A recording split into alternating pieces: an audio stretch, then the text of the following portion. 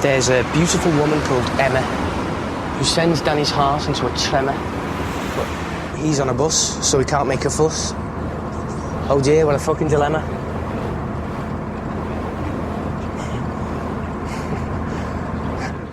And he plays a young lad who runs away from home, ends up in the Lake District. Much like Jimmy McGovern's stuff, he's a hard drinker, he's a gambler, and he meets up with this young girl. They fall in love, they have a baby, they get married really quickly, and he ingratiates himself slowly into the family, even though he's an outsider, they don't like him. He gets a job working, within the lakes themselves, and he goes off to place a bet on a horse race. 3 young girls of 8, 9 and 10 get in a boat as a joke and end up dying and drowning, and he is made sort of the pariah of the community, but there are other people around. It's about loss. Come on, she was in this morning. Where is she now? She went out at break, sir. What did I tell you? What did I tell you all? Not to go out, sir. Exactly. Well, she's in trouble, okay? Susan Charles is in serious trouble. Where's Lisa Graham? Is she with Susan? Pauline, is Lisa with Susan? Yes, sir. And Paula? And Annie Quinlan? Yes, sir. Well, they're in trouble. Every one of them. Serious trouble.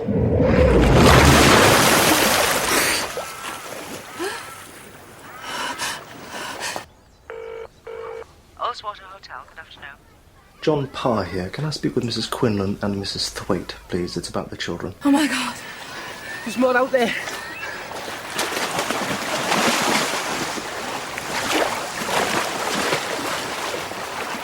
Have you phoned the doctor? Have you phoned the doctor? Ambulance. The doctor will be quicker, phone her. Now! What number? 5683. What? 5683!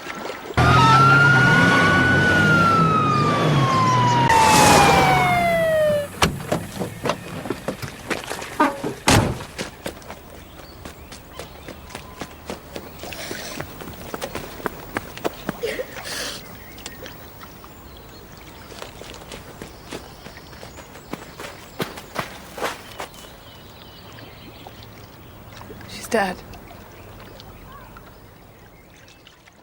And even now, when I see people like Kevin Doyle and Robert Pugh and Elizabeth Barrington and John Sim, we always say, oh, that's him from the Lakes, and that's going back to 1997.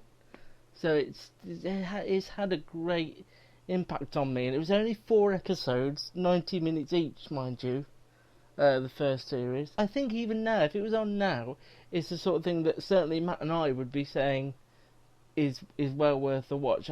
I hope it would be up there with the best shows we talk about even now, and it had a great 90s soundtrack, a lot of Cast on there. I remember some early Manic Street Preachers, all that sort of Storm thing. there, gosh.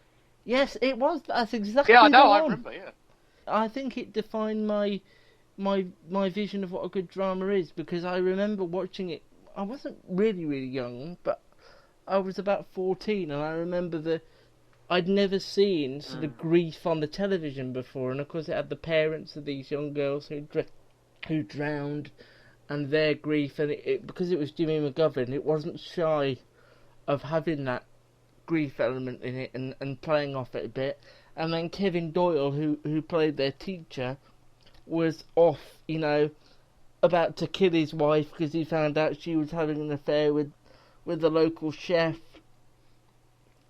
So he wasn't there when the girls were missing. So it was about a community. It was about how that community is affected by a disaster, and it's something that if I read about now, I would still want to watch. And I don't know why it's always stuck with me, but it's definitely the first drama I ever saw. Did you ever see it, Matt? No, I remember it being on, I think. It? As I said, though, I was more sort of into comedies first rather than dramas, so... And then there was a second series in '99 where they changed. It was the same people, but they changed the format, so it had gone from 90-minute to like a half an hour soap opera type thing, focusing on the area.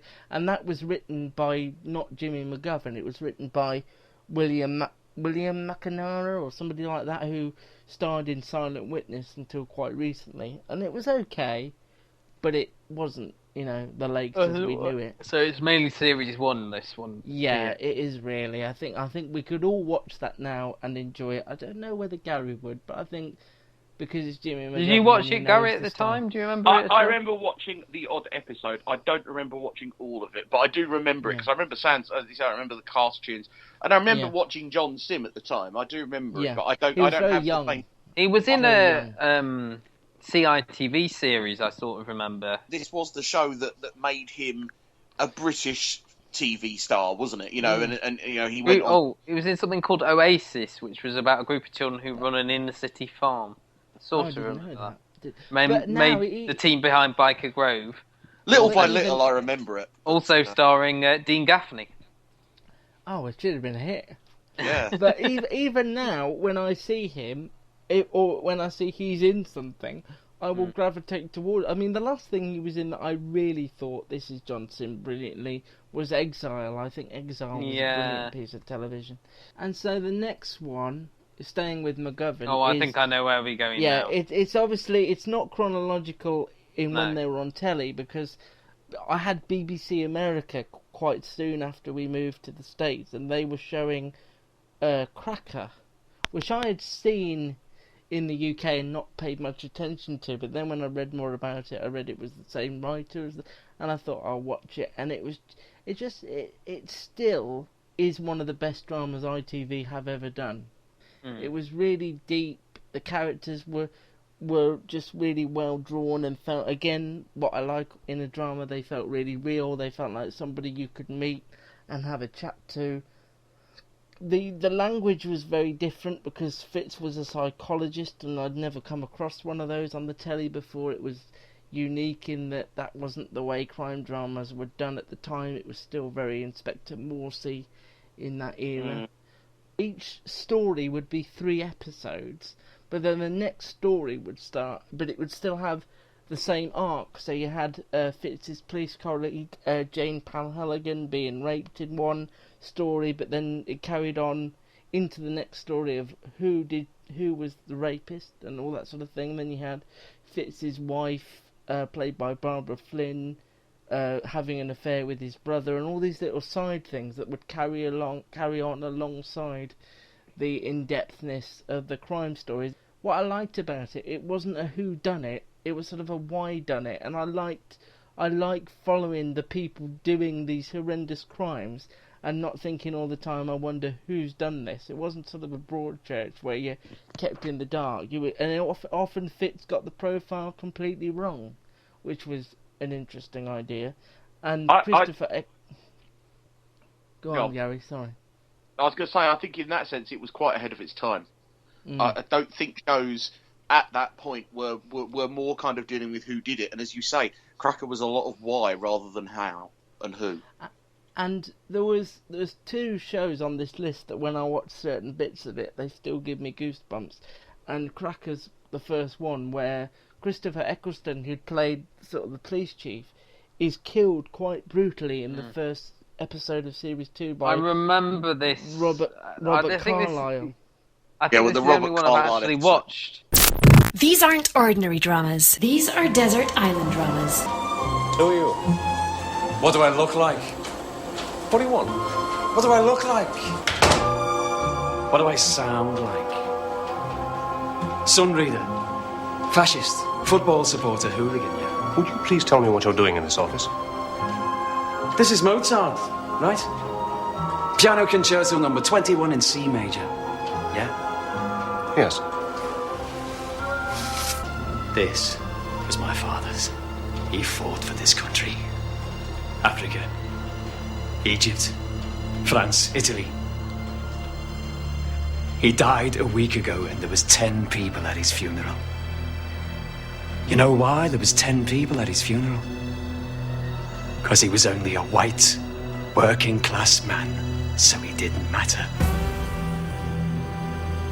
He didn't bleed matter. I'm sorry.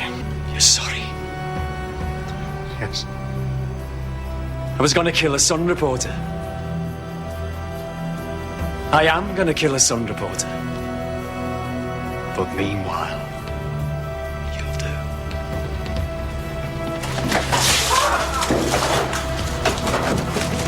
The dramas that shaped us. Robert Carlyle played a sort of a racist. He'd been affected by Hillsborough.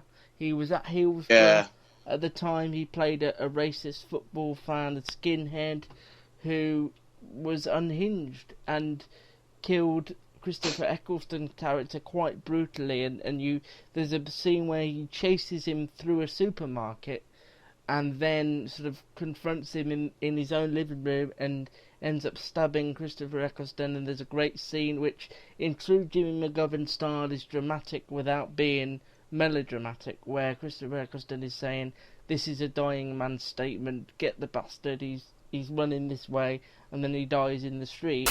Luke's Desert Island Dramas. You're a DCI. I'm gonna kill a lot of busies. But I thought I'd start at the top. Please help me. Well, I'd like to, but I'm a bit pushed. You know how it is. I've got a wife and child. I had a wife and child once.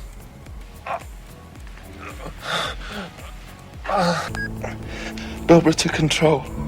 Control receiving. I've been stabbed. State your position. Over. I don't know my position. I chased the man and I'm in his house. Can you see a phone? Over. No, I'm going to the front. I'm losing a lot of blood. Moving makes it worse. Letters, envelopes, something with an address. Nothing. Every time I move, it opens up the wound. I'm dying. I'm in the hall. Where did you chase him from? Supermarket. Bridge Road. We're out for about half a mile. All units proceed to within half a mile of Bridge Road. He's bald. Brown eyes combat jacket. Get the bastard. Is there a street sign at a landmark? Anything like that? Nothing. There's nobody in the street. There's not a bloody soul. This is evidence. This is a dying man's statement. I know what a defence lawyer will try to do. I'm of sound mind. I'm frightened, yeah, I don't want to die. I'm frightened, but I'm thinking straight. He had a photocopy of Nolan. Knock on a door. Pinned to the wall. Knock on a door. He fully intended to kill me. He stabbed me. Bloody door. I can't get up the steps. He stabbed me in cold blood. I want you to get this bastard, Jimmy, okay? For me and Katrina. Get the bastard. Jimmy McGovern is just, when he's passionate about a subject, it really comes through, and it's not patronising, and he doesn't beat you over the head with it, and you really feel like you're watching something with depth and with opinion wrapped around it. And of course, he left the show, then Paul Abbott took over, so I became interested in who Paul Abbott was.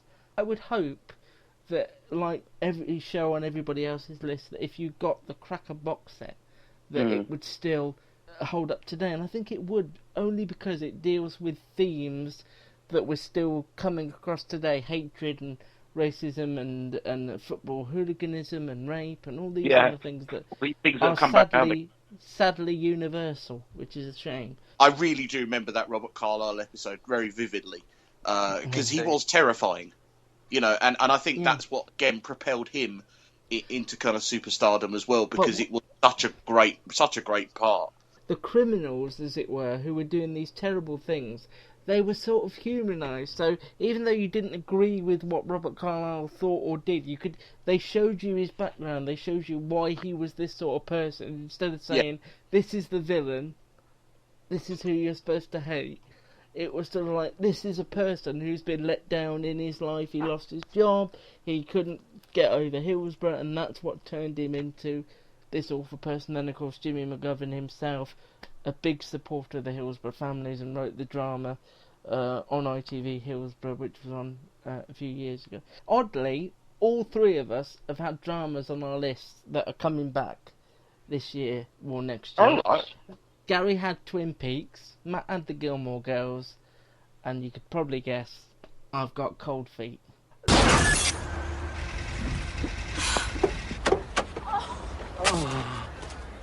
What the hell were you doing? Me? it's you who reversed without looking. Yeah, at about 5 miles an hour. You didn't have to ram me. Excuse me,